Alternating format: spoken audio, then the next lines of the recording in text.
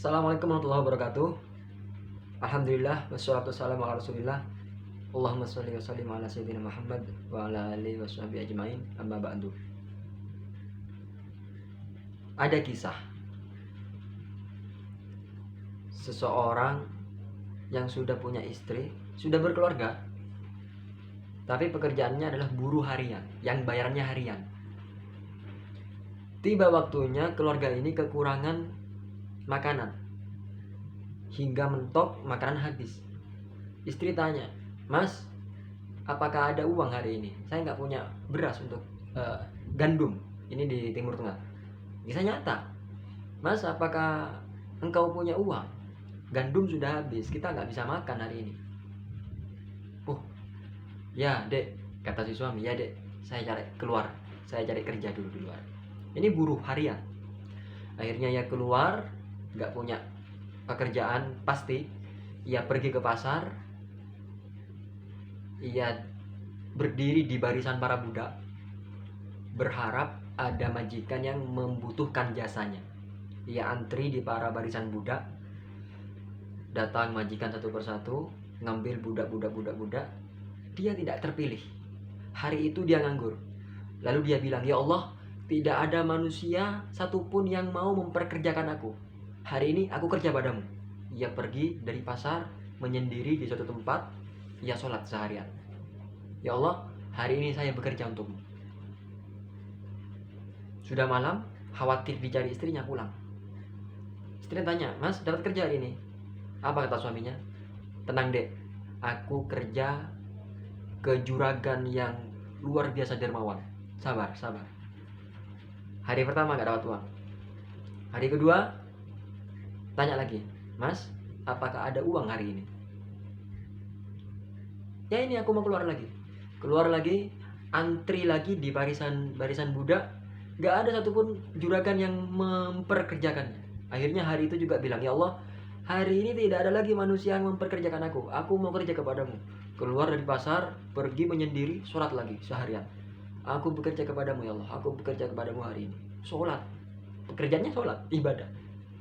Sudah malam pulang, istrinya tanya, "Mas, ini sudah 2 hari. Kalau kita nggak makan, kita bisa mati kelaparan, Mas." Apa kata suaminya? "Sabar deh. Juraganku menjanjikan besok akan dibayar plus bonusnya," kata si suami. Keesokannya, istri nagih-nagih, marah-marah. "Mas, kalau hari ini nggak bayaran, kita fix kelaparan. Kita fix nggak jelas hidupnya." Siap dek, keluar. Ikhtiar lagi, antri lagi di pasar. Berharap ada juragan yang memanggil, yang membutuhkan pekerjaan. Menunggu lama nggak ada. Juragan nggak ada yang memperkerjakannya. Padahal budak-budak yang lain laris, ada yang manggil. Hari itu lagi dia keluar dari pasar, "Ya Allah, hari ini saya bekerja kepadamu. Hari ini saya bekerja kepadamu." Menyendiri, pergi ke suatu tempat, beribadah seharian. Ketika pulang, tok, "Assalamualaikum." "Waalaikumsalam." "Oh mas, kenapa malam sekali pulangnya?" Kaget si suami. Ada apa dek? "Ini loh, tadi siang ada utusan juragan kamu ngasih harta ke kita." Ketika saya tanya, "Apa ini?" "Ini adalah balasan dari pekerjaan suamimu kerja ke juragannya," kata si pengirim tadi. Kaget sang suami ini. Padahal 3 hari ia nggak pernah kerja ke manusia. Kerjaannya beribadah aja, bekerja kepada Allah. Kaget si suami ini. Ternyata hari ketiga Allah mendatangkan seseorang, lalu menyampaikan bahwa ini adalah bayarannya suamimu kepada juragannya. Allah. Ini kisah nyata. Apa hikmahnya? Hikmahnya adalah ketika kita benar-benar meyakini bahwa ketika rezeki ini sudah dipastikan,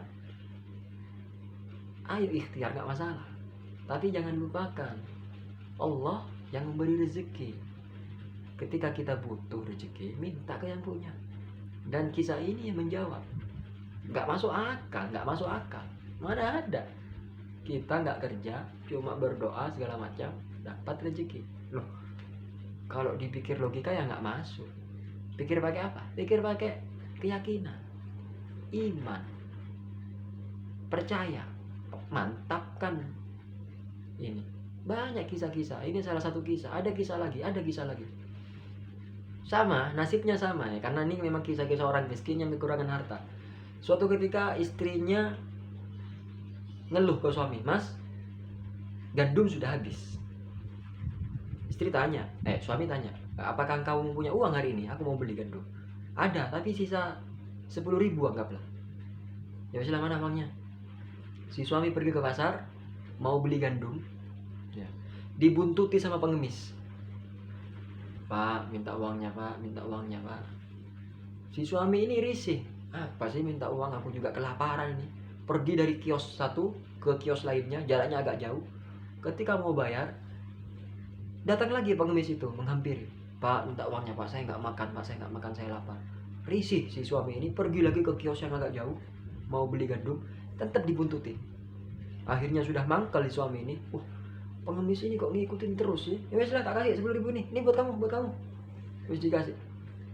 Akhirnya apa? Dia nggak jadi beli gandum karena ia ngasih sedekah ke pengemis. Ngasihnya kesal, marah, nggak ikhlas. Katakanlah nggak ikhlas. Ngasihnya ke pengemis, "Ya wes lah, ambil kamu, untuk kamu." Nah, ya nggak punya uang untuk beli gandum, bingung dia. Mau pulang takut diomelin sama istrinya.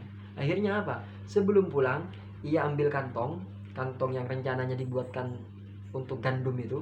Ia ambil kantong, lalu ambil tanah, dimasukkan ke kantong, seakan-akan itu gandum. Akhirnya ia pulang sembunyi-sembunyi, khawatir istrinya tahu. Masuk, kantong itu ditaruh di meja dapur, keluar lagi, takut diomelin, keluar lagi sampai malam. Karena udah terasa malam, khawatir istri nyariin, pulang dia. Hampir mendekati pintu rumahnya, aroma gandum terasa nikmat sekali. Kaget si suami. Ketika pulang, "Assalamualaikum." "Waalaikumsalam." "Mas, kenapa lama sekali pulang? Aku udah masakan gandumnya." "Dapat dari mana?" "Engkau tadi, kantong yang kau bawa tadi itu isinya gandum semua." Kaget sang suami, padahal ia isi tanah, tapi kok berubah jadi gandum. Padahal dia sedekah terpaksa. Nah, ini kisah-kisah yang luar biasa yang mungkin pikiran kita nggak nyampe.